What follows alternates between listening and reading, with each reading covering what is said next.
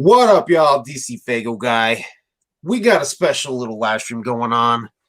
So I have joining with me the homie Roan Bone from Beneath the Dirt. What's good? And we also got the one and only fucking homie Joker's Gallery.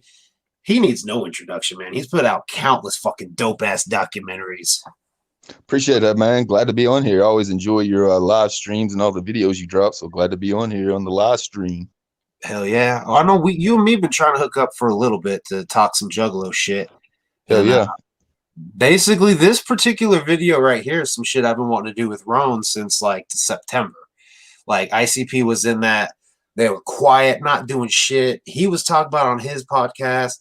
It was making me put out content talking about, like, you know, where are they at? They kind of came out and was like, all right, you know, we've been working this whole fucking time. But basically today I had seen the tweet that Roan put out shouting out ICP for, you know, not delivering on their promises. And that kind of made me revisit the original question I had back in September of should ICP retire? And I was like, I had to reach out to Roan because he was the one that put out the tweet. He and I were having the similar thoughts and feelings I feel back in the fall. And, you know, you and me, Brandon, we've been trying to talk some Juggalo shit for a while. So I was like, fuck it, let's do this thing live and just have one big conversation about everything going on with ICP here lately and just really kind of giving our thoughts and our 2 cents on should ICP retire? Yeah, I appreciate you having me on the show. That's dope. I appreciate all the shout outs that you've given me on all your videos. I try to show the love back. And yeah, I mean, just a couple months ago, you know, I mean, all year I was like, dude, where the fuck are these guys? What are they doing? This is quarantine. This is time to grind, put music out. And then, you know, the House Party Peep show, they dropped all those bombs on us. Yum Yum Flower, the Seeds of Yum Yum and all that shit. So, you know, and the tweet DC's referring to is, all I said in the tweet was, shout outs to ICP for never coming through with any promises.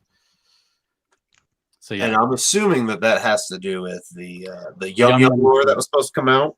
Yeah, Yum Yum's lore was supposed to drop yesterday, Christmas Day, and lo and behold, it didn't. So yeah. The merch bags from October were also promised by Christmas Day by Jump Steady on those streams. So I didn't know which one you were talking about or if you were just talking about both. But as soon as I read it, I knew what you were referring to. Yeah, I was kind of referring to, I mean, shit, Yum Yum Bedlam was supposed to come out on Christmas. That got pushed back. Then we got the gift bags, like you said, supposed to come before Christmas. Still ain't got those. And then the Yum Yum's lore. It's like the whole, pretty much everything they've talked about so far hasn't come to fruition. That's the part that's got me like, what in the world is going on? And the other thing I'm going to go ahead and bring up real quick, just because I know it's something you've been kind of broadcasting or reporting on, I should say. And that is the fact that Straightjacket is apparently no longer with Psychopathic Records. I know you had put a post up of the new single put out. Is it Boondocks featuring Twisted or Twisted featuring Boondocks? I think it's just Twisted and Boondocks. Okay. But it was a song that was produced and I believe mixed by Straightjacket. And you kind of posed the question, is Straightjacket still with Psychopathic Records? And I had seen where somebody had posted a snapshot of Straightjacket's real personal Facebook profile where he has left Psychopathic Records. That pretty much confirmed that. So, like, my big thing is, what in the fucking world is going on over there with ICP? Like, all this year, it had us wondering, are they even going to do anything? Because the pandemic is the perfect time to grind. They come out with the stream, and they start saying all this stuff that they have in the works, that they want to do, that they're going to be doing. And now it's like, as these deadlines of when the shit was supposed to happen is happening, and it's not happening. I mean, what the fuck is going on with these guys?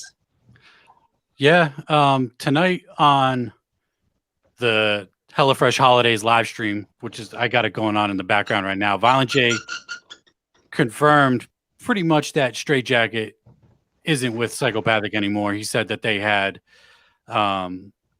staff change. I forget what the wording was, but it was something like staff changes in the studio, and they had to find a new engineer, and that took a couple weeks, and that's the reason why the Lore album or EP didn't come out. But I would say at this point, Straightjacket is not the engineer for Psychopathic. So yeah. That's what, whenever I heard him talking about it, I was kind of thinking, what would you need an engineer for? Because they got rid of the Lotus pods. So I thought maybe just his job wasn't even available to him anymore. So I didn't know if he left or that job wasn't available, because we all know that the Lotus pod isn't around anymore. And I doubt that somebody's just going to be living in Jay's garage out there, being the engineer of his garage studio. He actually said the engineer for Rusty's Boom Boom Room, not the Lotus Pod, but Rusty's Boom Boom Room. Yeah, which AKA his garage. Right. Which honestly I thought was fucking dope. It's dope as fuck, for real. Oh, it's a dope ass setup he's got. Yeah, I'm sure it's got all the old Lotus Pod equipment in it. I don't know why they would get rid of that equipment that they used on the regular. Right. So basically, back to the question of should ICP retire? I'm not saying they should, but if they've kind of lost their drive, and I understand losing your drive a little bit. I've had that with making YouTube videos. The entire year of 2018, I made consistently less videos than I did in 2017. So I understand kind of losing that drive, if that's what the issue is. But it seems like there's so many balls that are getting dropped on not following through with shit. I mean, getting merch out to the Juggalos is seeming like it takes forever. I fucking ordered t-shirts back in October. I just got them 2 weeks ago. Halloween themed shirts that, like, typically I wear a Halloween shirt around Halloween, and now I gotta wait another fucking year to wear a Halloween shirt, that kind of shit. I don't want them to retire, but I also know growing up, I don't know the word for it. I'm like a completionist. Like, if 2 movies come out and they've already made it clear there's supposed to be a third one, like the second movie ends with a to be continued and the third one never comes out, like, that will always forever bother me. So with them saying that there's supposed to be a third set of Joker's cards, if they only get 2 cards into the third set and then for whatever reason they just stop, that'll forever bother me. So for me, it's kind of I want them to retire at a very good point that they should. And if these kind of issues keep happening, then I definitely think they should retire while they're kind of ahead, because I feel like it seems like they're starting to lose it, and I could be wrong. Maybe they're just having a really bad year. Who knows? Like I said, I don't know what's going on behind the scenes, and I really don't want to know what's going on behind the scenes. I just know I want the shit to come out that they say is going to come out, when it's supposed to come out, or within a reasonable time frame after the fact. Do I think ICP should retire, or should ICP retire? No. Fearless Fred Fury was a great album. If they could continue to put out music like that, why retire? They still put on a dope show. Last time I saw them live, I forget what tour it was, but last time I saw them, they were fucking dope. They still put on an ill show. It's just the promises, shit being released when it's not. What is wrong with being disappointed when something is promised and it doesn't come out? It doesn't mean I'm fucking hating. I'm not, I'm not shitting on them. It's like, bro, you promise some and you don't give it to us. I'm disappointed, straight up. I really wanted Yum Yum Bedlam for Christmas. I thought it would be super dope to end the year with the 5th card of the second deck. Disappointed it got pushed back, but then we got the EP instead, Yum Yum's Lore. All right, dope. I'll take anything that they give us. Just give us some new music. Then that shit don't come out. I'm just disappointed. I ain't hating. I'm fucking disappointed. But people take it as hate. I don't know. Yeah, I go back to Fearless Fred Fury, and I don't think ICP should retire. That's my favorite ICP album since Jekyll Brothers came out. I think it's better than either of the original 6 Jokers cards. So I still love the music they're making. What they need is management. Whenever Alex left, it's been going downhill since Alex left, Billy Bill was just a road manager. He wasn't anybody that knows anything about business. And I know whenever Kevin Gill was talking about leaving Psychopathic, he said that the offer had been put out to him to become the manager of Psychopathic Records. So I think even they know that they need to make some kind of improvements. But just the way that I love the music they put out still, but the way that they just go about treating Juggalos these days gets on my nerves. Charging $10 for shipping, charging $40 for Forgotten Freshness 6, $40 for Wizard of the Hood DVD, charging like second market prices on stuff on the vault instead of letting like they seen like how good their merch sells on Psychopathic Museum. So instead of letting Juggalos buy it for what they were selling it for and then flipping it for some money, pretty much ICP now flips it for their own money on the vault. Just the way they go about treating Juggalos, they didn't even bother telling us Fearless Fred Fury wasn't going to come out until like a day before it was supposed to come out. They didn't even bother telling us the Lure of Yum Yum wasn't about to come out. They need a social media guy that knows how to relate and not, because I know that they respect Juggalos. I know they love Juggalos. I know that they go out of their way to do shit for Juggalos, but there's some shit that falls through the cracks that I don't even think they know about that makes them look really fucking bad in Juggalos' eyes, or at least in my eyes. Yeah. That's been a big one for me too, is that a lot of the prices are going up, and I know a lot of people I see the comment that they'll make is, you know, don't they know Juggalos are fucking broke? Well, not entirely, because a lot of people have shown that, like you said, they're fucking flipping it on the trading sites and stuff, and so they pretty much just eliminated that. I mean, Psychopathic Vault was originally an eBay page, and now they just made it their own thing. They just cut out that middleman with eBay. So, yep. Shout out to Shanzi in the chat. He's saying that there's no way in hell there's a third set of Joker cards coming out.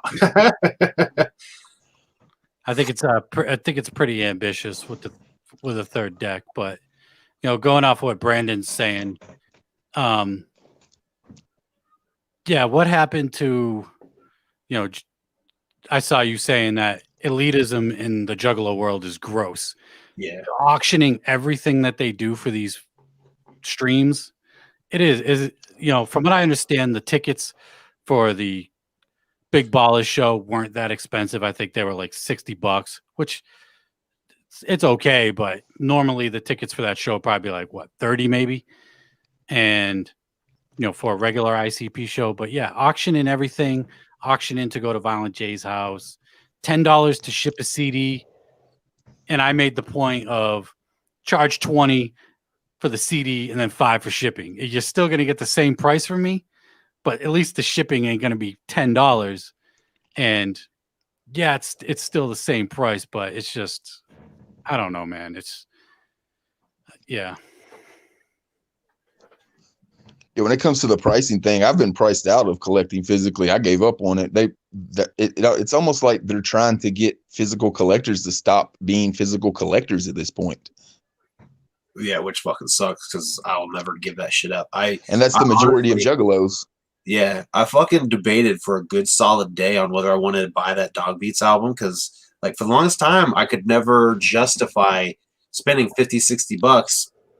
Let's be realistic, $100 for fucking 4 songs with how rare Dog Beats was. So I was like, do I even want to get this CD? And ultimately I ended up doing it. The shipping alone made this fucking CD like a little over $30, I believe, is what I spent for this new Dog Beats. And I'm like, I honestly regret doing it. I haven't even got it yet. So like maybe that'll change once I have it. And I'm like, all right, this is cool. I don't fully regret it. But like, damn, like the shipping, like you guys are saying, you're paying damn near the price, if not more, in shipping for just a CD when CDs typically are like $10. And it's an old CD they didn't have to work on or do any work at all. They literally just found that picture on one of the streams, put it on the cover and put it out. It's not like they had to put any effort in it at the studio. So that CD should have been like you said, $10 to $15 is all it should have cost. Yep. Shipped. Yeah, it's, you know, I bought it. $3 a ship CD. Was asking something. Yeah, I bought it because I'm a collector, but it sucks. Is, you know, I don't even want to say is what it is because it's just a shitty situation. But I get that COVID really fucked business up this year, but there's got to be a better way to go about getting money from the fans than to do auctions. You know, even with the what is it called? The big Monster Live Monster 5 or whatever it is. The Ultra Live Monster 5. Ultra Live Monster 5. To be the supreme juggalo, you have to go to all 5 of these shows, or else you ain't shit. You know what I mean? Yeah, Like, that's ultimately what prompted me into the ICP's House Party Peep Show. Because you guys know, I made the video. I wasn't going to do it. And then, like, 2 weeks in, I'm like, all right, I'm going to go ahead and do it. Because I felt like I was going to regret. I had that fear of missing out on getting that fucking coin. There's probably no realistic chance I'm going to any of the other shows, but at least if I get that one, I can just get that one. right. Yeah, I mean, I'll probably sell the coin at some point to somebody that's in the museum looking to get that one coin to complete all 5, you know, if all 5 actually go down. Yeah, I mean, that's the other big question. Will they even, you know, like the way the kind of track record's going right now, will they even do all of the Ultra Live Monster 5 shows? That's what I'm thinking about. They have ill ideas. The execution is poor. Yeah. Well, and I think, like you guys said, that jumps back to the management. And I've always felt that Jump Steady needs to be running the show because, I mean, obviously he puts on great gatherings and he's just a great creative mind. I don't understand why it wasn't. It might have been offered to him. Maybe he turned it down. But if it wasn't offered to Jump Steady, I definitely question that decision. That'd be interesting to have Jump Steady as the manager. I don't know. I don't really think about that, to be honest, other than, yes, when Alex left, things did seem to go down slowly, but did seem to go downhill. And now it's really just coming to a head. Yeah. I'd like to see somebody younger become the manager, or at least, like I said, they gotta have somebody that connects through the social media, that watches the YouTube Juggalo community and knows what's going on. And I don't think Jump Steady really knows that. Somebody like Keegan or somebody his age, I think that's who they need to look at to at least run like the PR department for Psychopathic. That's what they're struggling with so bad. If they hadn't have mentioned all this bullshit that we didn't get, nobody would be bitching about not getting it. Right. You gotta have somebody to let Violent J know, man. You can't be just saying all these random dates. Like, you could tell whenever he was saying those dates of the EP, that was the first time that Jump Steady or Shaggy had heard those dates at all. Yeah, Jump Steady was genuinely surprised, like the rest Straight of them. up. He seemed surprised that there was even EPs, never mind the dates of the EP. Straight up. Either that or he's got some solid acting, but that's some surprise there for sure. Yeah. But I don't remember what the fuck I was going to say. It's just being disappointed just because why? I don't get it. And why such defense? I forget what Brandon said yesterday. It's like they could kick your dog and spit in your mom's face, and Juggalos will still give them an excuse of why they did that. Yeah, there's some undying loyalty for sure, that where, like I said, ninjas could watch that happen and then come up with a reason in their head to why Violent J did it, because he made Riddlebox and he's so great for it. Which is just the craziest way of thinking to me ever. Like, even Violent J wouldn't like people thinking like that. And this goes with anybody. This ain't even fucking ICP. This is with any group, musician I listen to. You know, but for whatever reason, there's such a defense in the Juggalos and the fans when you just say something that isn't in a positive light about these guys. Shit, it's a shitstorm. Well, it's a lot of it. You don't want to see your hero. You don't want to look at your hero in a bad light. You know, I think that's probably what a lot of it boils down to. Like, for me, I think with a lot of the shit that they've done, I kind of turn that blind eye to it because, you know, like, the bond that I have because of the music they've made, you know, and it's not so much of that they've made such badass killer music. It's, you know, listening to Behind the Paint. I wouldn't be who I am today if it wasn't for the day that I listened to that song and I fucking felt what I felt when I listened to it.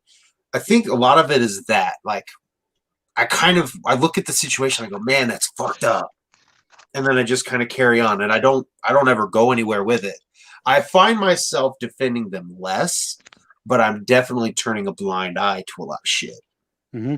And that's the biggest reason is just how much emotionally I'm connected to the music. Because I can't imagine not listening to ICP. I can't. Yeah, I mean, they've gotten me through a lot of shit. You know, listening to from when I started listening to them over 20 years ago, and it's just a huge part of my life. Just is what it is, straight up, and that can never be changed. But it just comes to a point. It's just you just got to hold people accountable, and maybe they'll fucking change and just start giving us the shit that they say they're gonna. That's the biggest thing, is holding people accountable so they'll change. Whenever you're just allowing people to walk over you, they never have any reason to change.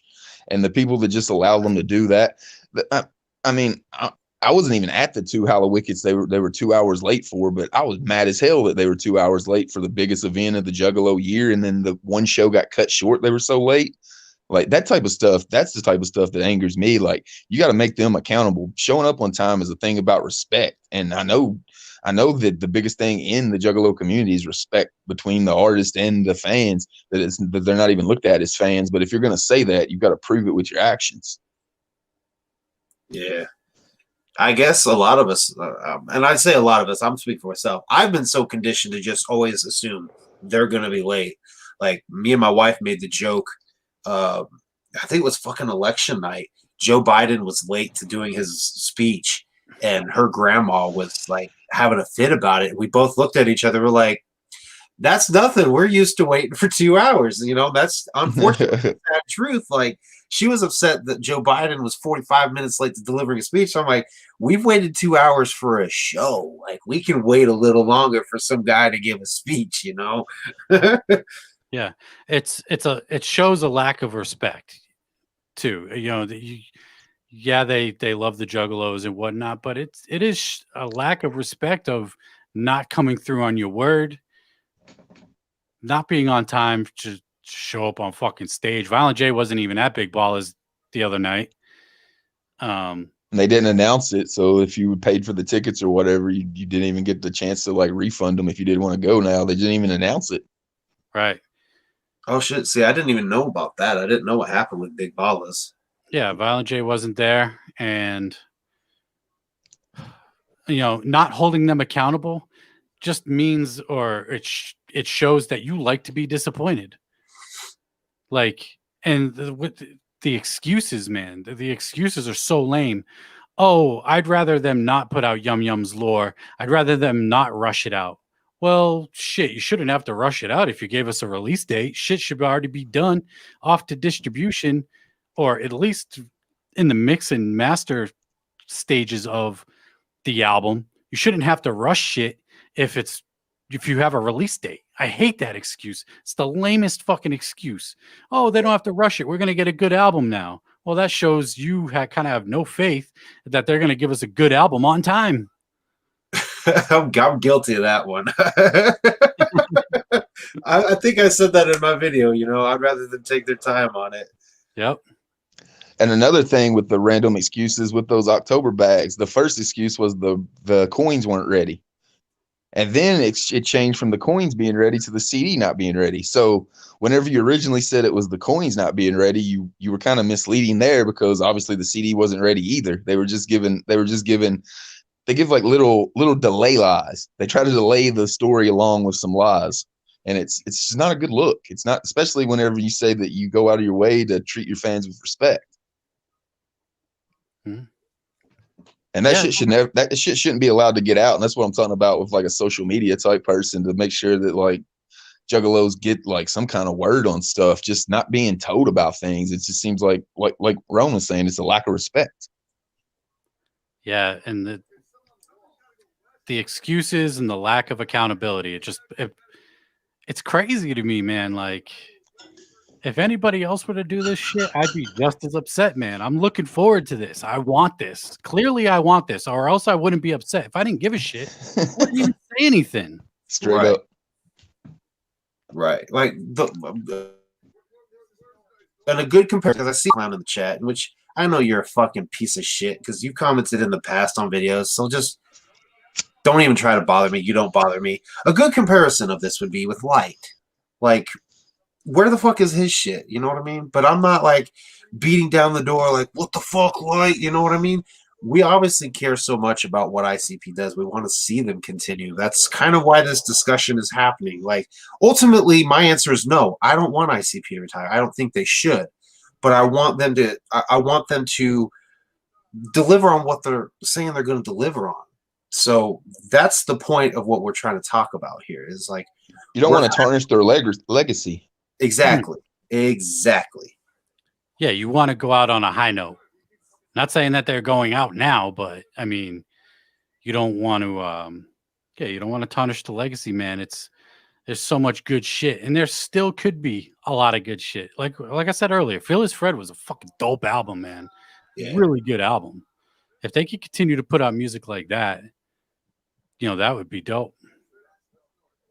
And honestly, I think they will, because it seems to be kind of the direction they're going. You know, Red Fred being Fight Back, and now we have an album that's supposed to tie into loyalty. So they're definitely, you can tell where they're getting their source of inspiration or fuel from, but, you know, it makes for great music. And then apparently with the 6 card, it's going to be a return to like Shangri-La and Hell's Pit. Violent J mentioned that in that thing on JJ's like Twitch stream, which I don't know if that's you know, that's not really anything you could really hold them to anyways, if you could hold them to anything they say these days. Right Which, I mean, the idea of that makes sense, to have it return to that Hell's Pit and Shangri-La.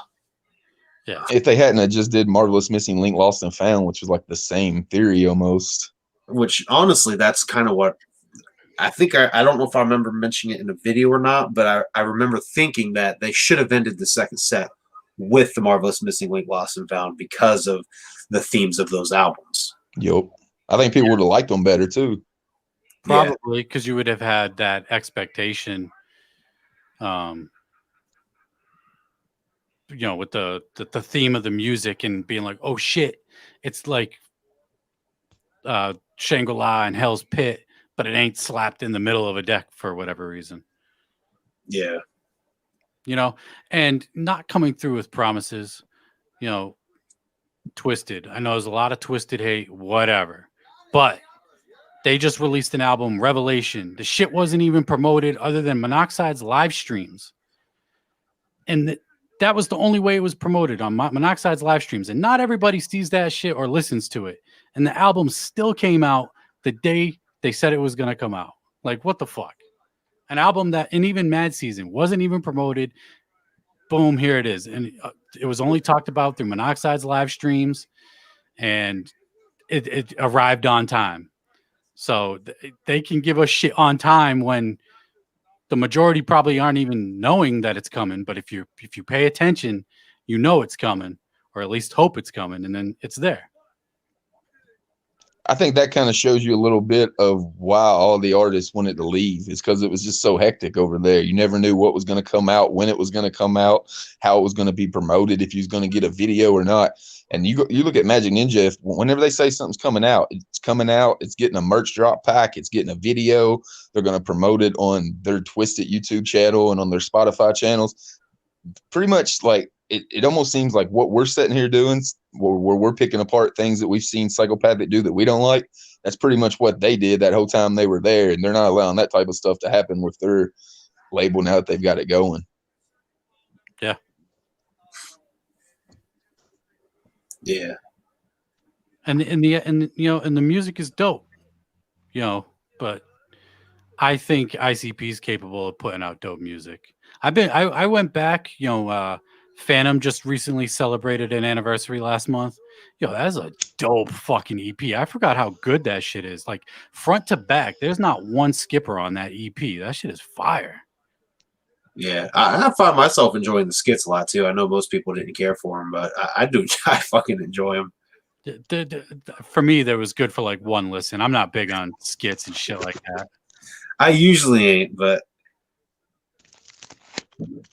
you know, there's a I don't even remember what fucking album it was. It actually might be King ISO's World War Me. There's a lot of times when he's doing those little interludes for each of the tracks, I just kind of want to skip because let's just do it. Let's just go to the next one. Yeah. Yeah, I see Shanzi in the chat says, just because it comes out doesn't make it good. No, it doesn't, because they released a Halloween EP. That was, I don't think there was really any promotion for that either. And I didn't like it. I didn't like that. I like the Twisted albums that they put out, but that Halloween EP to me wasn't that good. So just because it comes out doesn't mean it's good. No. Yeah, I mean that's just good or not. That's just a matter of opinion. Yeah, I mean, almost everybody I know, literally everybody I know in the Juggalo world, other than Bone, loves Mausoleum. He don't like Mausoleum, and it don't mean he don't like. It don't mean he don't like Axe because of it. It just means he don't like that CD. Right. I was gonna bring that up too. That surprised me because, like, I remember you were so hyped for it, and then it came out. And you're like, "Oh, it was disappointing," and I'm like, "Wow." Yeah, the two big albums that came out there, Mausoleum and Benny the Butcher. Like, for me, those are my two most anticipated albums, and everybody loves them. Both those albums, everybody. And here I am. I'm like, no, I don't like them. They're not that good. I know that both of those albums came out whenever all the Saint Dog stuff was going down. You think he was just not in the right state of mind for that type of music whenever it went down? Because I wasn't really feeling it either. Like, because we're both big Saint Dog fans, and that came out like the week that happened. So I know I wasn't really in the mood for listening to like horrorcore shit whenever Mausoleum came out originally. It could have, but I have listened since. And I don't know. It's just not, it wasn't for me. I don't know why. Maybe one day it'll connect, but just not right now.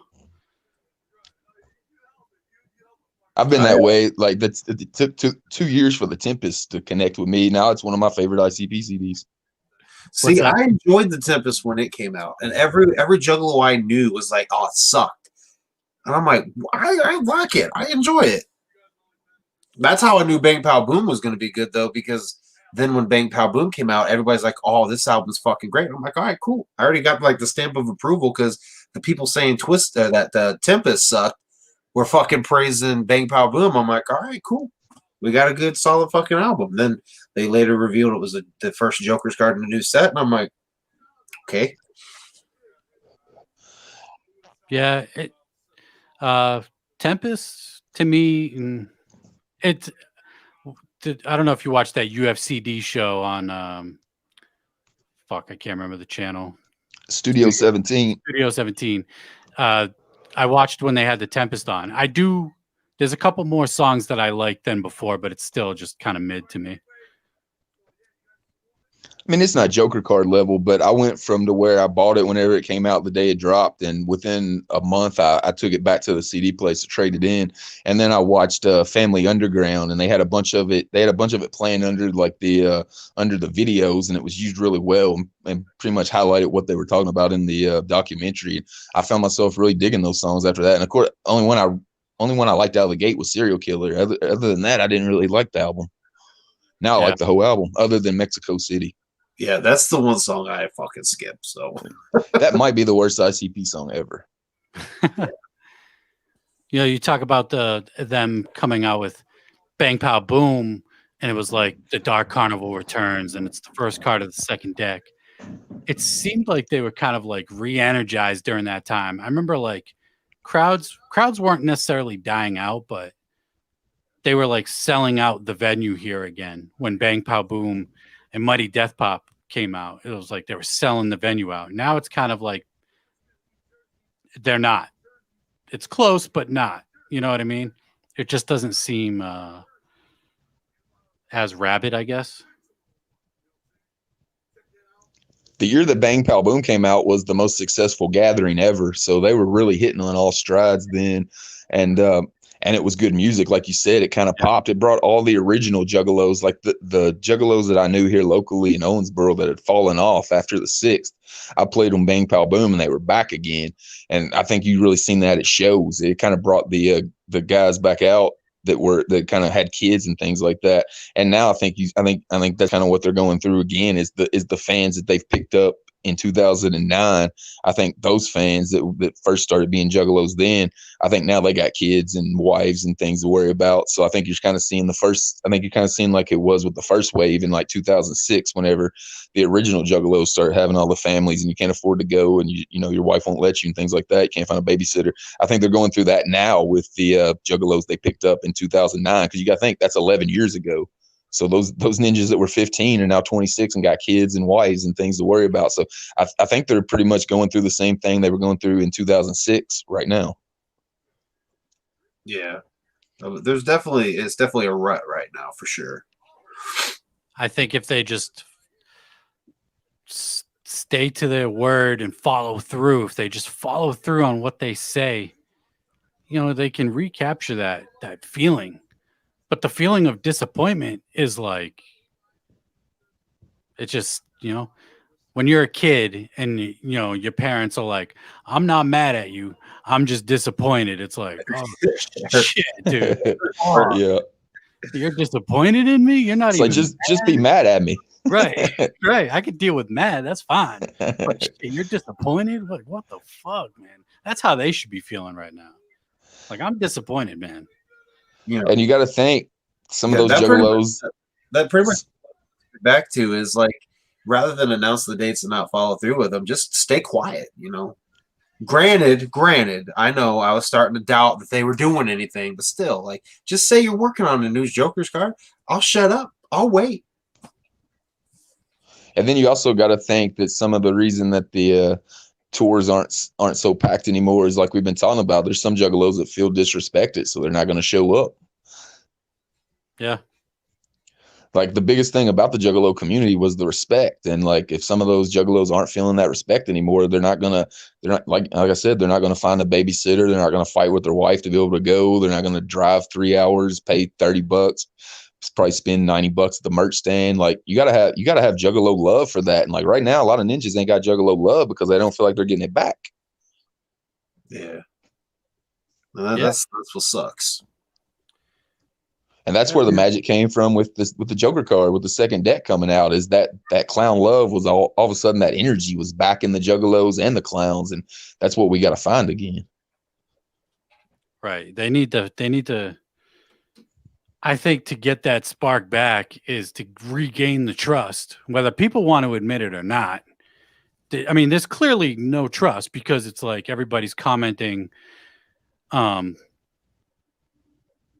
you know, when I bring up they're late on releases or whatever on Twitter, it's like, oh, this is what they always do. You know, that the expectations are so fucking low. Like, people have such little expectations. It's fucking sad, man. Exactly. Say that's not really a good thing, and I've done that too. Like, I've Danny Boy is he's in the chat right now saying that, you know, they've always been late. I was like, yeah, he's right, and I've said that and I've defended that too. But that's not really something we should be proud of to say or admit. Right. The thing about them always being late is, back in the day, they told us they were going to be late. If you remember back to the Jekyll Brothers, it was originally supposed to come out on April 20th. It got pushed back. So they put out a single that day, and then they let us all know that it was coming out May 25th. They don't wait until the day that it's supposed to come out, and then, oh, it's just not out, and we get no explanation. That's I mean, I don't think any of us is complaining something's going to be late. Just let us know. Give us the respect to know that the thing's not coming out. There was a lot of Juggalos that was planning their Christmas night, or, you know, Christmas Eve night, because it was supposed to come out at midnight that night. There was a lot of ninjas that was probably planning on listening to that thing when they're putting out Christmas presents for their kids and things, just, you know, making it a big deal, because anytime something Joker card related comes out, it's a big deal to us Juggalos. So it was just a big disappointment, like, that keeps coming back up. Right. And you said, you know, don't wait till a day later, or in the case of this Yum Yum Lore EP, don't wait till, you know, 2 days later. Violent J made the announcement tonight on the HelloFresh holidays that they have a new engineer. The songs are being finished right now, and it should be out in about 2 weeks. At first he said a week, and then he said 2 weeks. So we'll see. Yeah. I'm just glad they're mentioning it, because if they're mentioning it, then it means it's probably going to still come out. If they stop talking about something, then you got to worry. Right. another project thrown in the forgotten freshness pile. Yep. Right. I'm still waiting for that Shaggy Tudo book and the paintings. I just want to see Shaggy show on fucking DVD. Like they were able to do it with the Purple show. Why can we not get fucking video pulled off the internet of the Shaggy show and put on a damn DVD? That's the Ray Day DVD. If you did the Ray Day thing, whenever you sent in your receipts, that's what you got back was the Shaggy DVD. So they're out there, but it's just so shitty quality they probably don't think they could sell it. Oh, yeah. I actually have a bootleg DVD of the Shaggy shows. It's pretty ill. Like whoever did it, like printed up a cover, printed up you know, the artwork for the CD and everything. It's extremely shitty quality, but it's kind of like a novelty thing, you know. Yeah. Well, I honestly those thought about getting that Tales from the Dark Carnival, but I was like, yeah, you know, I watched it all. It wasn't fantastic, so I don't know. I passed on it. I never saw the Tales from the Dark Carnival thing. It wasn't what I was expecting. It was kind of, what's that? There was a show that they played years ago in the 90s where they would kind of introduce like a scary story and then they'd have like B-rated act out this shit. That's very similar, I would say. I never even seen Big Money Rustlers. You haven't seen Big Money Rustlers? No, I never saw the sequel. Dang. It's actually pretty good. I was at the gathering in 2010 when they debuted it on the big screen, so I might hold it a little like closer to the heart than most people. But I think overall it's pretty funny. It's nowhere near as like good as Hustlers, but it's also the budget was probably 1/10 of what Hustlers was. But it's really good for the budget they had. It's really fucking good. Yeah, it was fucking fun. I feel like some of the parts didn't get a big enough of a part, you know, ABK and Blaze and Boondocks. My biggest gripe about that is the Boondocks plays the ghost. Why did they not make him a scarecrow? Like, why was he a ghost? I like that. My favorite character was the Foot. I thought they should have had the Foot in there more. That motherfucker stole the show for me. Yeah, I'm the Foot, bitch. Me and my wife all the time, when something happens, we're like, "What the fuck, bitch?" Playing off of that. Okay, so that's where the Foot reference comes from. I've seen that reference, and I'm like, what did I miss? Yep. I think it's Too Tough Tony, if I remember correctly. Yeah. Okay. I'm the fuck, bitch.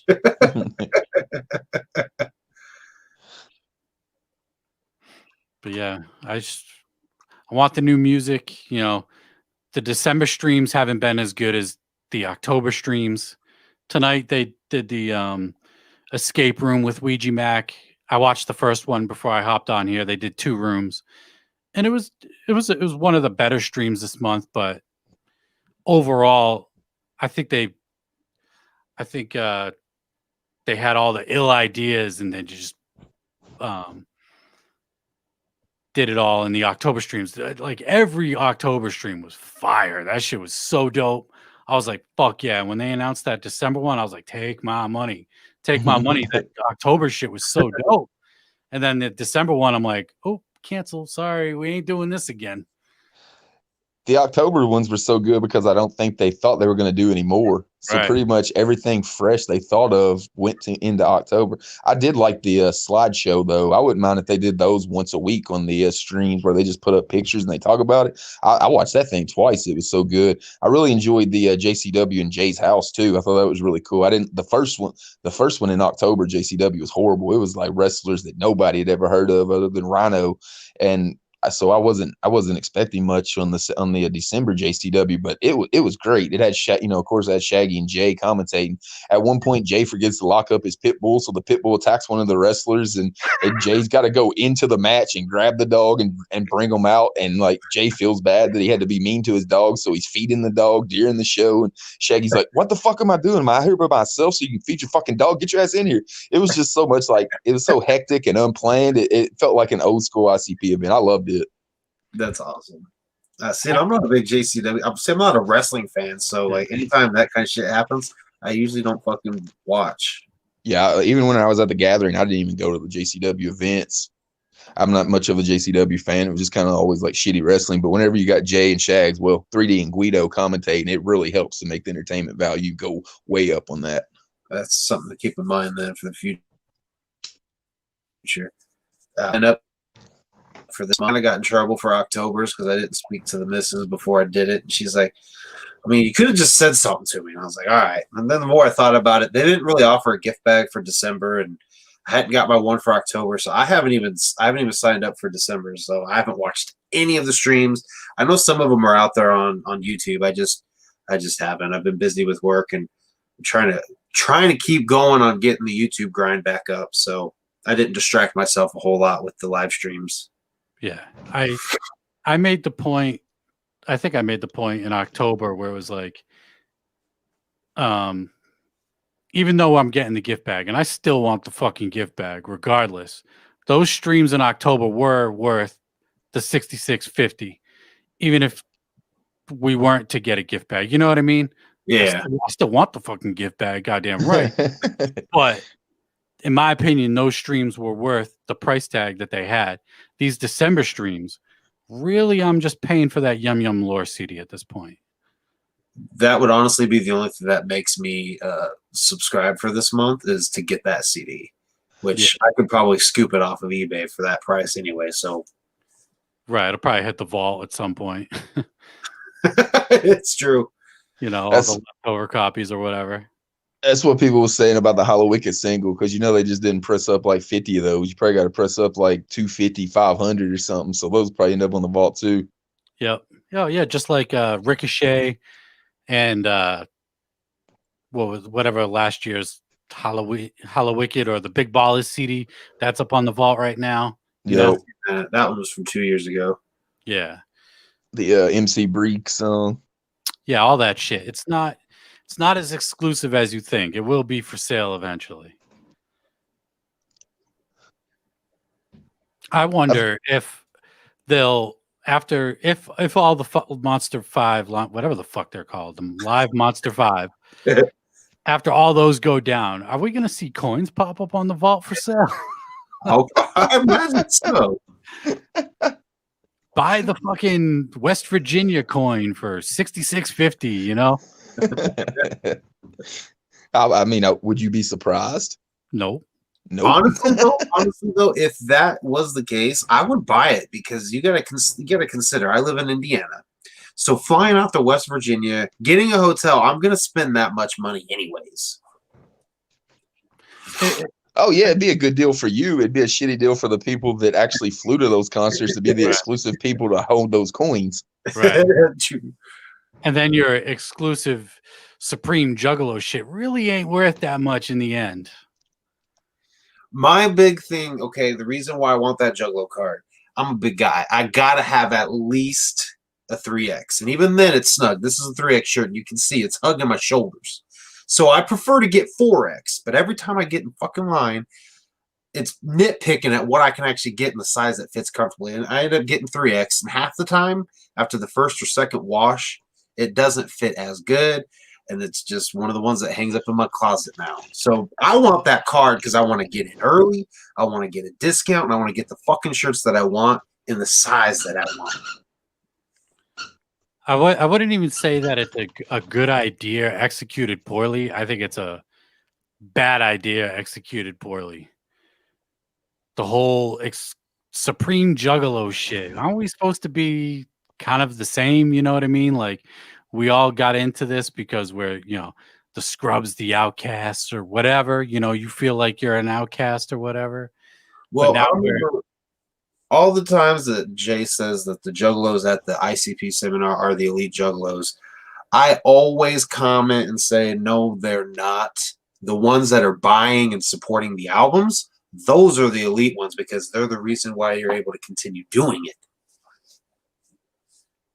I think it's kind of 50-50. I see the benefits, like you're talking about, the people that want to get the merch that fits them and things like that. But I also agree with Ron. That's just a bad idea. Like, I think if you told Violent J that ideal, if you set 1997 Violent J down and made him watch video of him explaining that, he'd probably break that TV that was playing that thing. Right. Right. Yeah. The ideas now just don't seem well thought through or thought out, and just the execution is just not there, man. It's just not there. And we're seeing it right now with the delays. The album got delayed. The the new EP that wasn't even originally announced is delayed. What about the 3 EPs after the album? You know what I mean? And then they still got to put out another Joker's card after this, and then supposedly a whole nother deck. Yeah, my stance is still there. They need to put the seeds out first, anyways. So,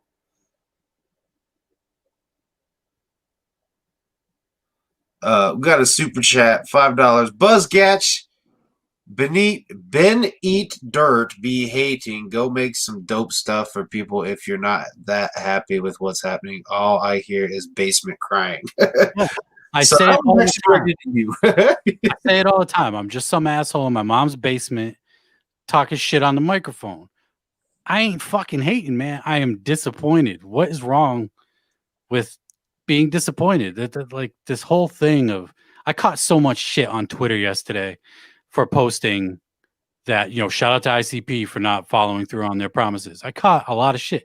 As you know, whatever. I don't give a fuck. If I gave a fuck, I wouldn't have posted it. You know what I mean? Yeah. But it's just, I ain't hating, man. I'm disappointed. What's so crazy is people say you're a hater of ICP when it all comes from love. Like, you're disappointed that you didn't get something you wanted for fucking Christmas. Like, you expected to get a fucking Joker's card at first, and then you even like tempered your expectations down to an EP. Those still weren't met, and it's not like you're some dude that just sits here and talks shit about ICP and doesn't support them. Look behind the motherfucker's shoulder. He's got every goddamn album they've ever released in like 14 different copies. Yeah. I have 15 different copies of The Great Malenko. You know what I mean? Yeah, I think you've put in enough to the Juggalo pot to where you can voice your opinion. Right, and it's just clearly I want the shit. If I was hating, I'd be like, man, fuck Yum Yum's lore. That shit's gonna be bullshit anyway. Yeah. You know what I mean? No, I want it. Like, I want to hear it. I want to hear how ICP sounds 2 years after Fred, because we haven't really got that much music from them since Fred dropped. I want to hear how they sound. And it was good. The last shit they dropped was really fucking good, so it makes you want to hear more. Right. Like, I want them to ride that wave of releasing dope music, because Missing Link, I'm such a broken record. I say this shit all the time. Missing Link was just not that good of an album or albums. And then Fred came out and it was like, lungs were filled back up. It was like a breath of fresh air. I was like, all right. And I was saying it on the show when I started my podcast around the time Fred dropped, a little bit before, but ever since Fred dropped, I was like, they need to ride this wave. They need to ride this wave, and they need to release more music more consistently. We can't be waiting 4 years, you know, whatever. Yeah. If you're on fire and your creativity is that good, ride that shit out while it's still at that peak, you know? Yeah. And as somebody that actually holds Missing Link up and says it's actually a great album, Fearless for Fury blew that shit away. So I fully agree. And I've been saying they need to stop doing it. If they're going to do a third set, they've got to stop waiting 3 years. Like, you got to get back to the first set where you were every year and a half, new Joker's card, new Joker's card, new Joker's card. Just like you said, ride the wave. Yeah. You don't want them falling back off either. Right. We waited pretty much a whole period of time for them to get back on the type of shit that most of us have been waiting for, and you don't want them to just let that kind of that momentum pass, which I almost kind of feel they have with all the delays now. I think that's one of the big things is they were getting momentum back with Fred, with how good it was, and like it's like just whenever you thought. Remember how people thought how bad Fearless Fred Fury being delayed was handled? Just whenever like Juggalos thought they couldn't be handled worse than that, ICP's like, hold my beer and watch this whenever the Yum Yum comes out. Because we're going to tell people 3 different dates about 3 different albums, and then we're going to give them some EP dates, and ain't none of them going to be correct. Right.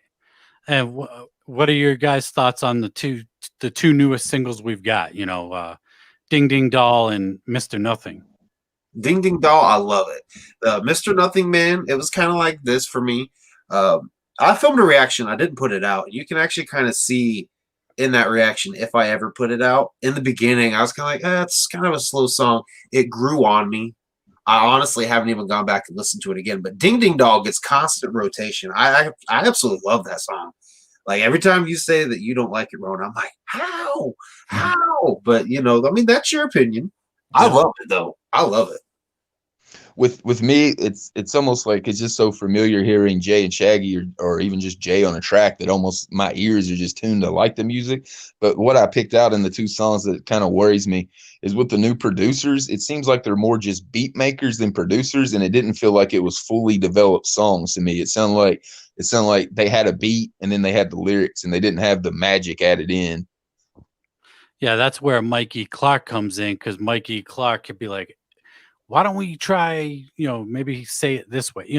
I don't know what they do when they're together, but whatever it is, when Mikey Clark and ICP make music together, it's like a fucking movie, man. It's like there's a whole production behind it. Like, it just sounds epic as hell. Not saying that they can't do that without him, because Fearless Fred had a lot of epic moments in it. I still maintain it's not a Mikey Clark produced song, because he didn't do anything on Fred, but Fury is the best song of the second deck. That shit is epic. That breakdown at the end with the drum roll and Shaggy doing the fucking voice. I can't remember the name. Willie B. Rags. Yeah, with the Willie B. Rags, and it goes back into that hook with the drum breakdown. That shit is epic as fuck. And whoever thought of that, props to them for that, because that wasn't even in the original single. Yeah, the original single that was added later. So whoever came up with that was fucking dope. I mean, you need more moments like that. But yeah, these new singles are just kind of like they're just songs that were made. And I think Mikey Clark works the best with them, but even somebody like Mike P, it still sounds like a fully produced song to me. I'm just worried now that maybe the producers they're working with are more beat makers and guys that are used to working with like the mumble rappers that don't really concern themselves with making a full out song. Their songs are 2.5 minutes usually, so you're not really putting together a full length ICP song in 2.5 minutes. So that's the two things that stood out to me. I like the beats, I like the lyrics, but it just didn't sound like it was completed to me. The execution, it almost sounded like what was the one that ICP produced themselves, the Calm or the Storm, one of those. The Calm. That it sounded like that to me, where they were good songs, but they weren't fully developed songs. Yeah, it's a good point. I'd love to see Mikey Clark and ICP back together. Mikey Clark has production on this, but Mikey Clark's not. They're not in the studio with Mike Clark, Yeah, it's just old beats. So he wasn't really in the studio at all. It's just beats he gave him back in the day. I thought it was really cool that Jay gave him a shout out during that. I think it was the Chris Hansen interview, saying he invited him to do Fearless Fred Fury, because all the Juggalos are always like, get Mikey Clark back. So that was cool that he let us know, hey, we tried to get Mikey Clark back. So that was really cool that he dropped that kind of info. And to know that they're still trying, and they know how it's magic when they work together with Mike. Oh, for sure. Yeah, I gotta reminisce a little bit though about that fucking tweet that Mikey Clark put out after the Missing Link came out, where he apologized for not producing that album. I was like, damn, dude. That's funny. I don't even think I knew about that. Yeah, he fucking put it out, and he's like, I'm sorry I didn't produce. I don't remember word for word what it was, but basically just more or less said that it was shit. It was because he didn't do it. That's funny. I remember him saying the sixth. The sixth wasn't what he pictured it to be. Well, I mean, all those years of working with him, I'm sure he had ideas he was working on ahead of time, just like they were, Right. It would have been fucking awesome to see Mikey Clark produce Shangri-La, but in my opinion, I think Mike P killed that shit. That album's I love that album, man. And so I think with that, I would 100% say they need to have Mikey Clark do the 6th Joker's card of the second set. Let them right that wrong. Yep.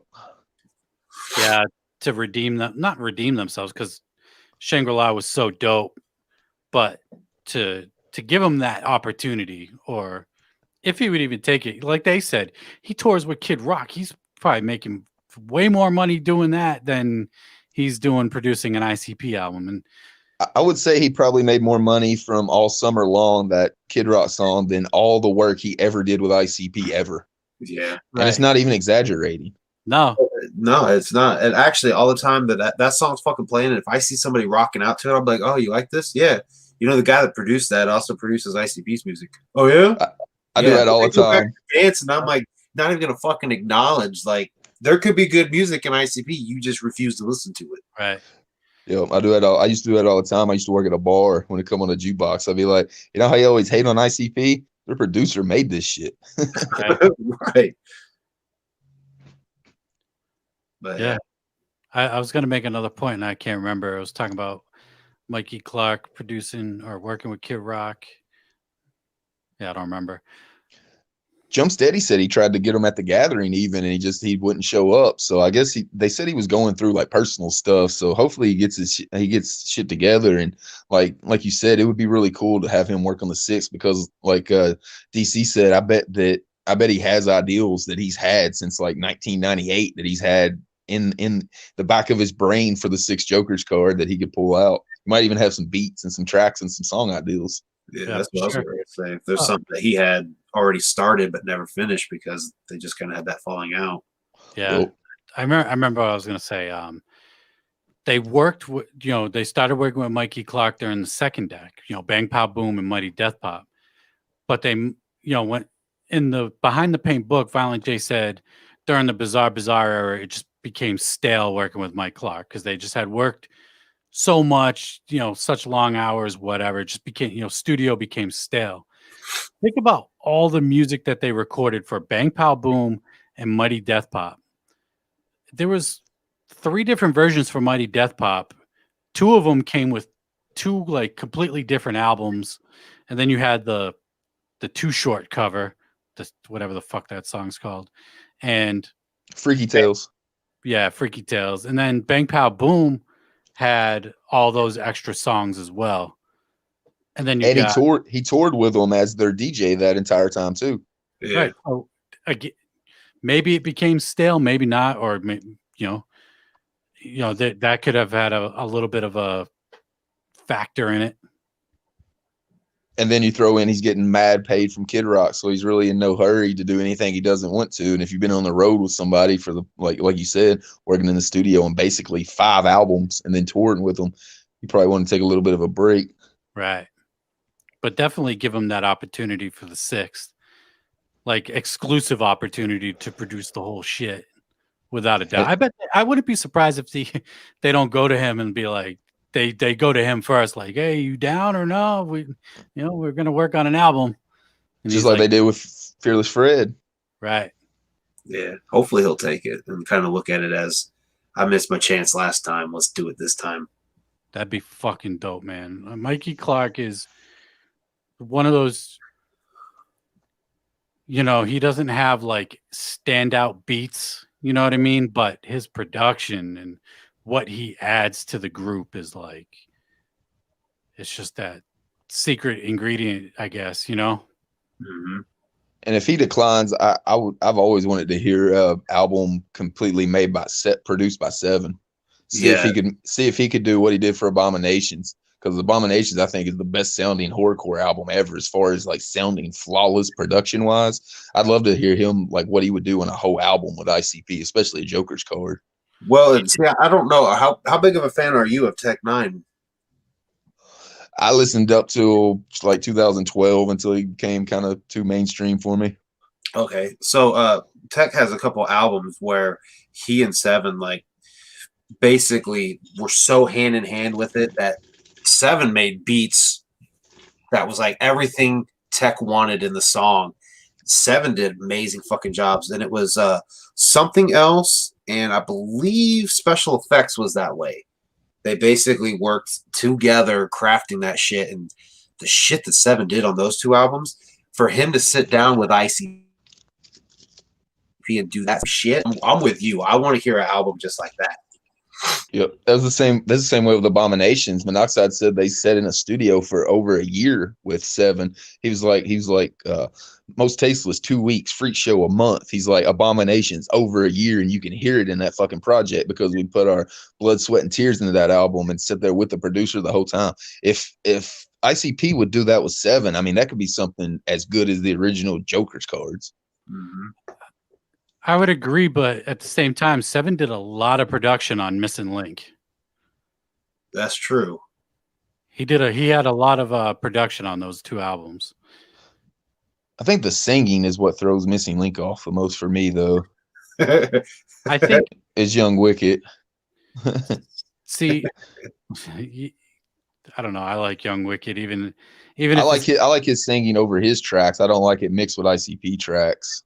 yeah, it does sound a little off, but like, you know, the one song probably everybody hates or doesn't like, the OK song. I love that song. I fucking love that song, dude. That song is so dope. That's like easily my favorite song on those albums. The only fucking song I don't like on Found is Dreams of Grandeur. I mean, and it's an okay song, but it's the one that I skip the most. So yeah. But I think Seven's absolutely capable of producing Joker Cards material. I just had to bring up the fact that he did produce a lot of Missing Link stuff, and Missing Link generally isn't very well received among the fans. I think the theme behind that album kind of held it back too, as far as what they were trying to go for, as far as Lost and Found. Couldn't really do a whole lot of what he does wicked shit really well. Yeah, Seven is fucking versatile, man. He does it all. I mean, yeah, arguably Twisted's best album was produced by him. I fucking love that album, man. I'm gonna say this, Brandon. If you don't listen to any of New Tech, that's fine. But at least go listen to Wither with Corey Taylor, because I've heard that one for sure. Yeah, I listen to that because I'm a Slipknot mark. Right. So then, when you listen to that song, that was all Seven, and I think Ben worked with him on it, didn't he, Road? I think so. Yeah. So like that whole fucking song right there that he did, taking a Tech Nine song, and it sounds like a very fucking strong, sounds like a Slipknot song. Yeah, that's the kind of shit he can fucking do. And for him to work with ICP and then, like you said, be in the studio and spend that time together, that album would be fucking amazing. I think he could bring the lyrics to life with the music, and that's what's so magical about Mikey Clark is he brings what they're singing about. He brings it to your brain through audio, and Seven's really good at that too. Yeah, that's something I never really thought of as Seven producing a full ICP project. I don't see why not. They get production from him. I think he's got production on the new Yum Yum shit. I'm pretty sure they named him off as a producer. Man, he's such a busy producer, though. Like when you sit back and think about all the underground artists that have beats from him, yeah, it seems like he slowed down a little bit with Tech. I noticed Tech's not getting quite as many 7 beats, which I think is a good thing because at least with the Nina album, I wasn't a big fan of the Interfere album, but the Nina album was like kind of like a breath of fresh air. It was like, and I think there might have been only 1 or 2 7 beats on that album. And I was like, all right, this is what he needed. He needed that. He needed a break. Yeah. And this is what we got from it, you know? Yep. That might be a reason we haven't seen a full album produced by Seven of ICP, because it would be really hard to justify spending a year in the studio to make what you're going to make selling physical copies these days, opposed to how much music he's going to make in that year with all those artists he works with separately through the streams and then through the physical copies and everything else. Yeah, because Strange releases music so frequently. ICP really they take their time, and there's nothing wrong with taking time on music. I'd rather you take your time on music and it be dope rather than rush some shit out, you know? As long as you don't take your time like Light takes his time. I know, man. 4 years in between albums. It's nuts. It's crazy. He's kind of creating an oxymoron because you don't want to travel at the speed of light anymore. It's becoming like the Chinese Democracy, which is the Guns N' Roses album that everybody waited on. It's becoming the Chinese Democracy of the horrorcore scene. It's funny. Yeah, I've pretty much just stopped looking that and Shapeshifter for it anymore. Yeah, Shapeshifter for sure. I gave up on that one. Why doesn't he just release that himself? If Young Wicked and Jay actually like fucking hug it out, then we'll see Shapeshifter. But until then, we're not seeing Shapeshifter. Why doesn't ABK just release that shit himself on his own label? Like he's not gonna get sued by Violent J or anything if he does. I have no idea. It's a good question because the only reason I can think of why he won't release it is two reasons, actually. One, it's close to 10 years at this point. I think we just had the 10-year anniversary of Medicine Bag. Yeah. And maybe Psychopathic does own it because technically he was signed to the label, recorded the music at the Lotus Pod. You know, maybe he did turn it in, passed it in, and they own it. That's the only thing. That's the only thing I can think of is that they literally have the masters and just won't come off of them. Right. That's my guess. Yeah. When asked about it, you'll get, well, I don't know. He hasn't released it, and then get back way the same way. It's like, well, I don't fucking know what's going on.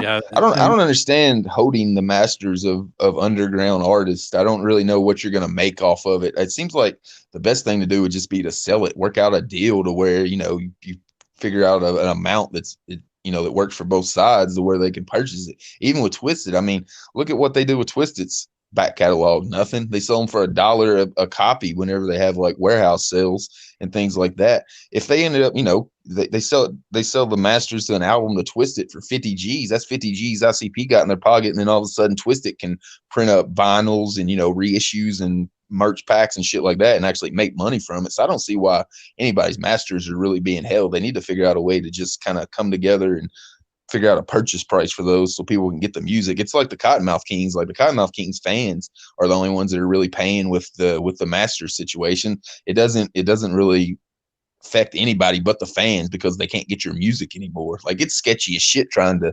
find when the Cottonmouth Kings are even going to be on like Spotify. They'll be on 1 week and then be off for a month. Then that same album will come back, be on for 3 days and off again. Like it doesn't seem like it makes a whole lot of sense to hold masters of underground artists like that. Yeah, I'll be honest. When the whole Twisted Masters thing came out, and they're holding, they're strong arming us for their masters and whatnot. I was like, whoa, hold on. They like Twisted doesn't own their masters. Like I didn't think that type of thing went on in the underground. It makes me think, who else is what other labels are holding other people's masters in the underground? Like to me, Psychopathic holding it. I would assume it's everybody, because if they're going to do it to Twisted, who was the second biggest act on that label, they're of course going to do it to ABK, Blaze, Lug Island, fucking whoever else, So I was surprised that they hold masters like that in the underground. If you watch Monoxide's live streams, a point he'll bring up all the time is if you think somebody's your friend and they say that you don't need something in writing, don't believe them. Because what I think is whenever they were brought in as Dons, they were told they were going to get the rights to their masters and never sign contracts about it. And they don't have their masters. Yeah. Yeah, that's true. When they were brought in as Dons, that was very short-lived. How do you not own your own masters if you're a Don? You're literally on the same level as Violent J, Shaggy, and Alex Abyss. Yeah. Don't take a motherfucker at his word. Yep. He brings that up all the time. He doesn't bring up why. He just says that. He just says that. And he kind of he figures out that everybody that's watching it probably knows what he's talking about. Yeah. Yeah. But I agree. If the masters are just sitting there doing nothing and not getting the proper re-releases and shit like that, like Most Tasteless didn't get a re-release. It totally should have. Yeah. It did get a re-release on vinyl, but they had to put it out through a mystery box. You had to buy a mystery box to get the vinyl, and nobody even knew what the mystery box was until somebody posted in the museum, like, it's the Most Tasteless vinyl, and then that shit sold out like fucking super quick. But it took like a week for somebody to get it, and then once somebody realized, oh shit, it's a Most Tasteless vinyl, because those mystery boxes were just sitting there. And look how quick those 1,000 sold out. So you could probably sell another 4,000 eventually over the next couple of months if you have that right. That's why I'm saying, like, I see Psychopathic, if they want some money, that's one way to get it, is to sell them back their masters to where they can start making money off of it again. Yeah. Or even fucking just re-release it on your own. Yeah, do it yourself. You own the masters. Exactly. If you're gonna own the masters, at least put out, vinyl's super hot right now. Like if you was to put out like an actual psychopathic, most people would rather have the psychopathic version of Most Tasteless more than they would an MNE. You put out Most Tasteless reissued on vinyl through psychopathic, that shit's selling out quick as fuck. Hell yeah. Well, I mean, shit, look at it. Cut Calhoun hasn't been part of Strange Music since what, 2014? They still sell his CDs. So, like, I mean, why would you not continue to keep pros and selling them? It started to take off, and now Twisted's gaining new fans. Like, this is a chance for you to help yourself and them with their new fans.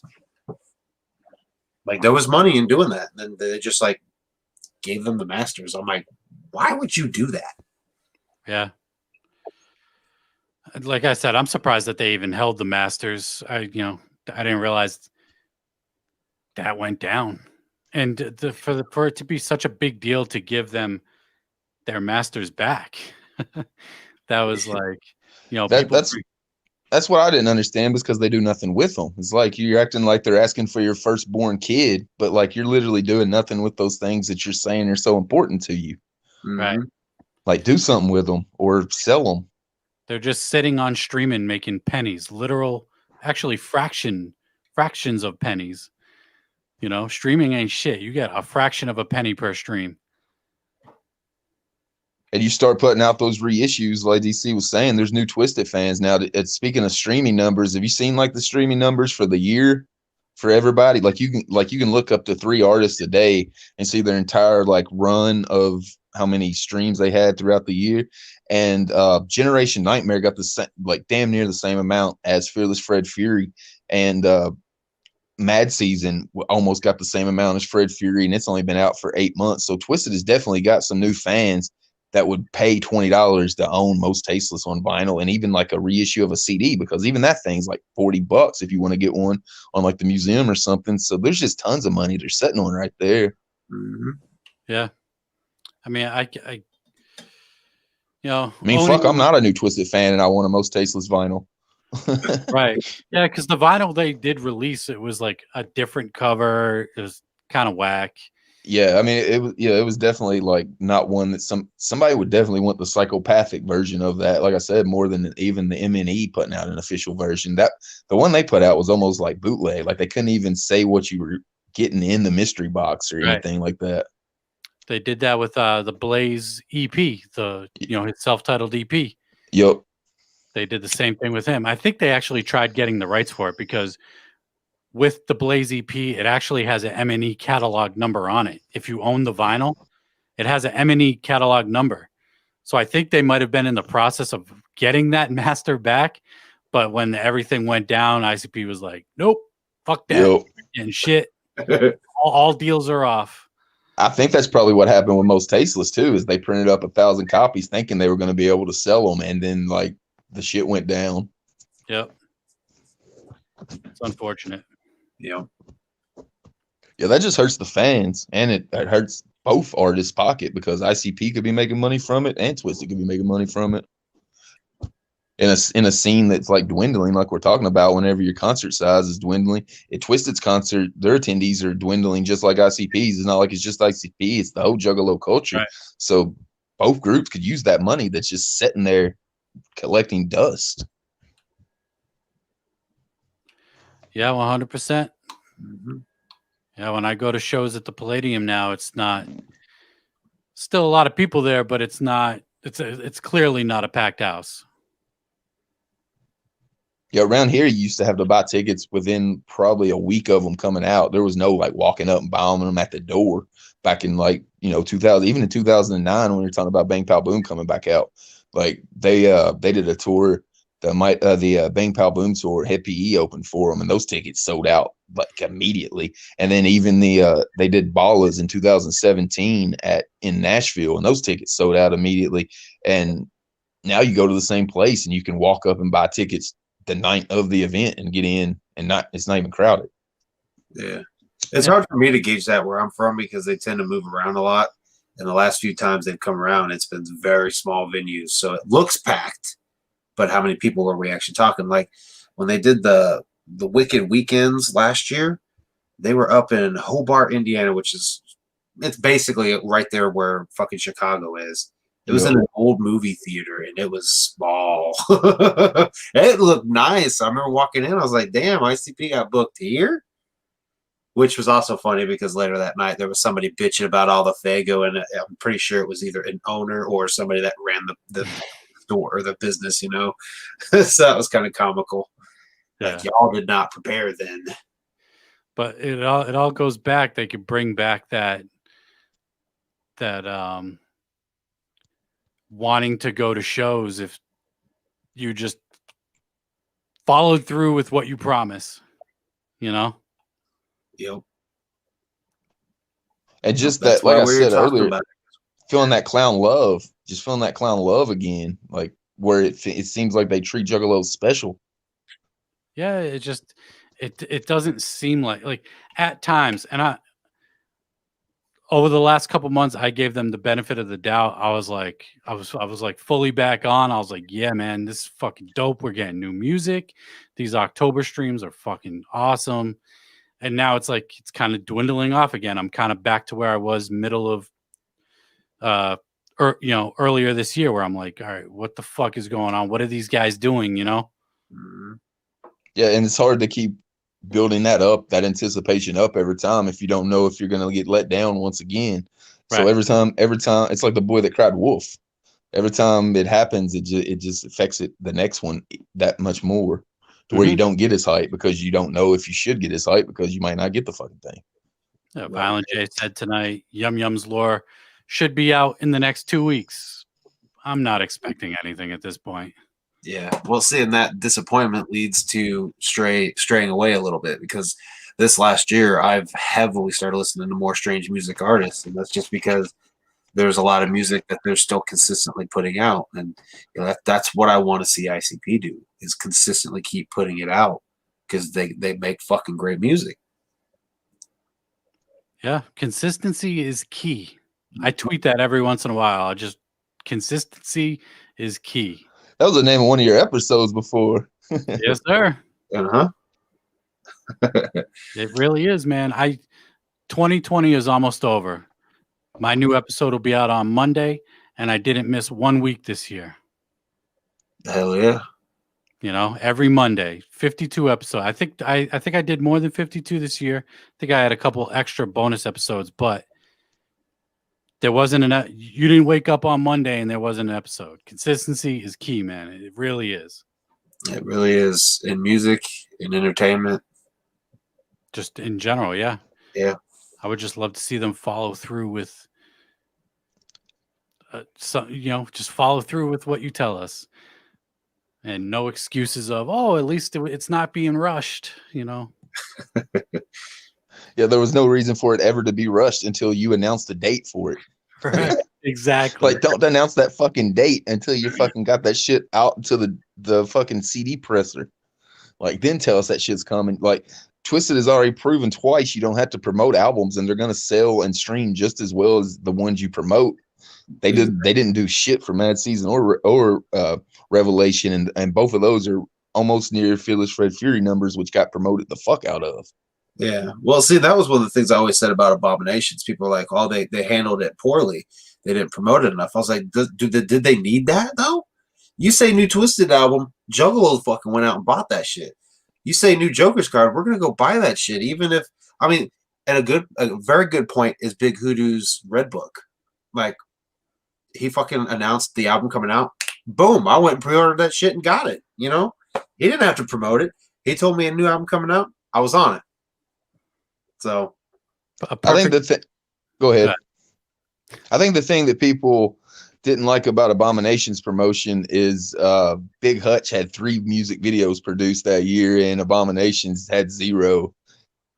Like, they just weren't getting every Juggalo that liked Twisted knew to go get that album, but no new ears were turned on to Twisted thanks to Psychopathic pushing the music videos.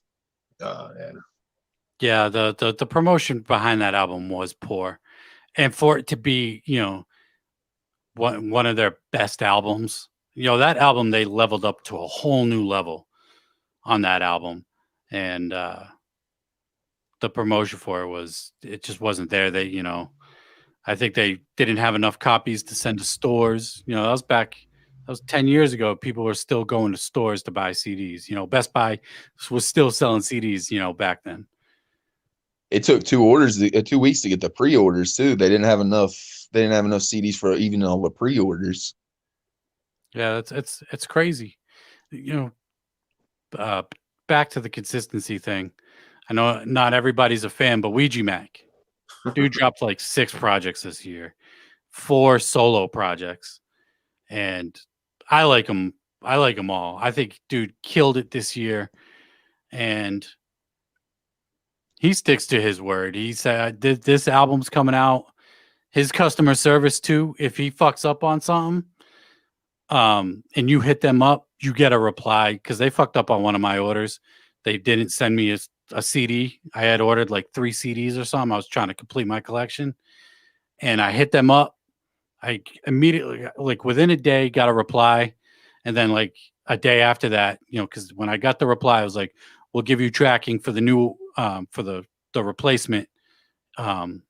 And you know, within the next 24 hours, sure enough, got the new tracking, got the CD, you know, the customer service, the quality of music, the amount of music, the merch drops, all that shit. Ouija killed it in 2020, and it's like it's something ICP could learn from, you know.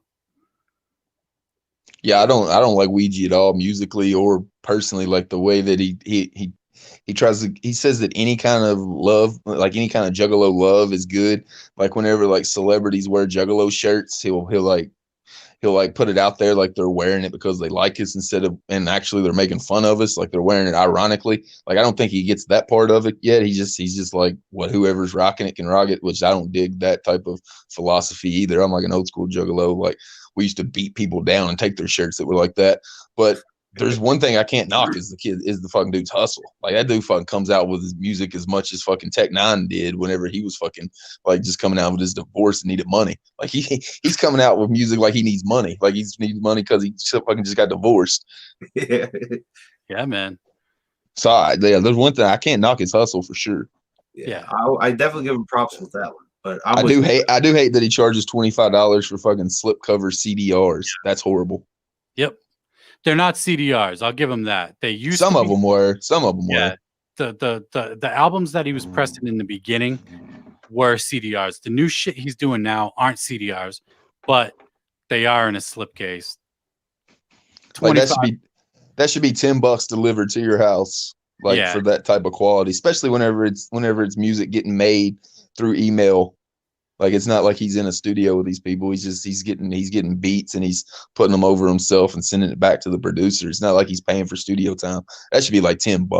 I just don't like whenever Juggalo artists like jug attacks. Like as soon as you jump in, like that's why I always like ABK. I'm not really even that big of a fan of ABK's music, but that dude's fucking cool as shit. Like any gathering I was at, that dude and Blaze was out the most, just chilling with us, and he don't tax us. Like you can get that near any CD he puts out for $10. Yeah, ABK is highly underrated, I feel. He's one of the coolest fucking dudes that's ever been in like the game and that's gotten some acknowledgement. That dude was out in the Juggalo gathering crowds as much as the Juggalos was, which I always respected. Him and Blaze was out there like in the Caveman Rock era, like they were just chilling with us, and that's just that clown love, like that magic that I'm talking about. That's the type of stuff that'll make you want to fucking go support those dudes. Yeah, he still does it because at the Super Gathering, I went and got breakfast and I was walking back to my tent and he was just fucking chilling on a golf cart by some other Juggalos tents, just fucking talking to him. I'm like, that's chill, man. Yeah, man. Blaze is like that too. Blaze, I always seen Blaze just chilling, just posted up smoking with people and talking. It's just awesome to see like artists that don't have to do that. Yeah, ABK's the shit. I've always liked ABK, man. He's dope. I think I met him. I know I met him once for sure. Maybe one other time. But yeah, definitely a cool ass motherfucker, dude. Chill as hell. His first 2 albums, fuck, they're classics in my eyes, man. I love those albums. Yeah. He's the master of the feature too. Like almost any feature he's on, he kills it. Yep. Yeah. Hell yeah, he does. I go back to the first time I think it's probably the first time I ever heard him, that 3-6 Mafia song on Freak Show. heard his verse on there. It's like, man, who the fuck's this? Yeah, who the fuck is I this thought it dude? was somebody rolled with 3-6 Mafia at first. Yeah, I will say he had one of the best verses I feel on Blaze's newest album, Cadaver. Like he came on there and he did his thing. I'm like, damn, see, this is why I like ABK, man. He goes. Yeah, ABK's a shit. He's not like a super complex rapper or anything, but he fucking brings it, man. That solo Rider album that he put out, dude, that shit was banging. I still It was have dope. I need It to. was dope, man. Fire. I highly enjoyed that release. I don't like the way it was pressed up. Yeah, that bootleg as fuck. But hey, it fits the theme though. It kind of worked. It worked only because it was a Rada CD. Any other form, it would have been really, really bad. That shit is legit. The CD itself is legit see-through. I don't even know how it fucking plays. Isn't like the cover just like a sticker too? Like you just stuck a sticker to it? Yep. Yeah. He stuck a sticker to a white cardboard sleeve. And of Hell course, yeah. everybody else's copy, it's like a bigger sticker. My shit is mad small. And I don't then know where mine's at, man. It's like right up here somewhere. I've tried showing that it's see-through, but it's like hard to get through on the camera. Is that like is the words written with like Sharpie? No, it's like that thermal printing or whatever. Oh, right on. So it's at least got some kind of printing on it. Yeah. Can you see that it's see-through? Yeah, I can see the cover through it right now. It's a banging ass EP though. I can't front. Shit is super dope. Yeah, I don't know where the fuck mine's at. I gotta fucking reorganize my CD tower. When I moved, I didn't even put my CDs where they go. Damn, so you got a physical copy and ain't even listened to it. Yeah, I know. I bought it right around the time that I moved, so I've heard nothing but good things from it. I haven't heard anybody say it was bad, other than like the quality. Yeah, of how it was pressed up. It sounds really good, and the beats that he picked were fucking fire, man. I'd like to see more solo Rider shit or spin out like the M&E Rider shit. I liked it. I know a lot of people. I fucked with it. Yeah, a lot of people gave it shit. I could see the point, but at the same time, it's Riders. You know, the same reason why people are excusing the way this was pressed up. You know, the M&E Riders, same shit. You know, I'd like to see Psychopathic do some Rider shit. That's what I was gonna say. As soon as I heard M&E was gonna do the Riders, I was like, I want Psychopathic Riders and M&E Riders to beef with each other the way we want Twisted and ICP to beef with each other. Because then it's the Riders and it's kind of cool. It's like, you know, it's kind of just, you know, it's kind of like wrestling. It's like a work. Right. Doug said that, and I think in a couple videos, I think in my review of Riders, I said that that's where the beef needs to be. Yo, that would be dope. That would be hip hop too. Yeah. Yeah. As long as nobody got hurt. I'm all for beefs until people get hurt. You know? Yeah, I don't think any Juggalos want to. I can't remember who it was. I don't want to say who I was thinking it was, but I heard somebody say like the Juggalo family, as much as some like ICP fans hate on Twisted now, like if somebody that wasn't a Juggalo was hating on Twisted, they would probably defend Twisted still. Like it's kind of like that family thing. Mm-hmm. And I think that it would be cool that that if it was inside the Riders, under the Riders banner, it would just kind of be like wrestling. It's an agreed to thing that we're gonna go at each other as hard as we can. But at the end of the day, it's because it's fucking hip hop and it's the Riders. And I think the fans would like to see that more than an actual like bat. I don't want a Joker card full of Twisted disses or a Twisted album full of ICP disses, but I want a Riders album full of disses towards each other. That would be fun. That would be dope. One of the dope things that I think about the Riders is there's some of the lines in some of the other songs where it legit sounds like they're talking about ICP and Psychopathic Riders and throwing shots, but then you get that line where Lil Shank is fucking praising the other Riders. Right. So it's almost like they took the two entities and split them up. Like here, we're talking about Psychopathic Records and ICP, but here we're showing love to the Riders that we used to roll with. I was like, that to me was really fucking cool because, that's the whole gimmick.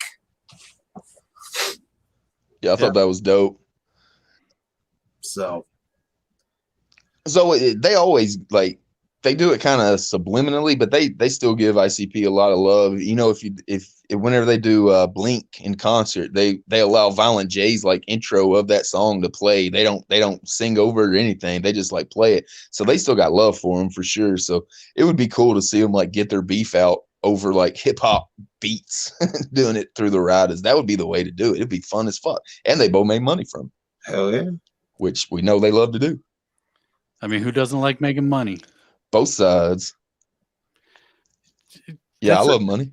That's another thing. Like people always like, you know, twisted. All they care about is money, and people that's always been a long argument with ICP as well. ICP, it's all who the fuck doesn't want money, dude?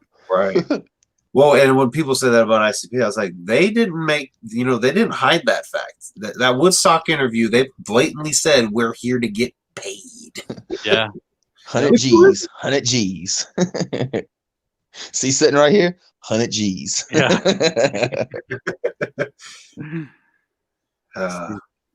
Well, guys, it's getting pretty late. I know we're all in the same time zone, so if you guys have any other final words, we'll start wrapping this up and sign off of here.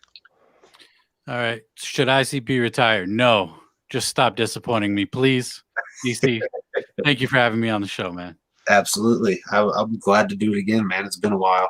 Fuck yeah. Same here. I don't think ICP should retire, especially coming off the music they put out with Fearless Fred Fury, and even Flip the Rat was really solid. I just, like Ron said, just stop announcing shit that you're not going to put out. And like I said, I think the biggest thing they need is PR, somebody on social media to just get the word out to Juggalos that they still care.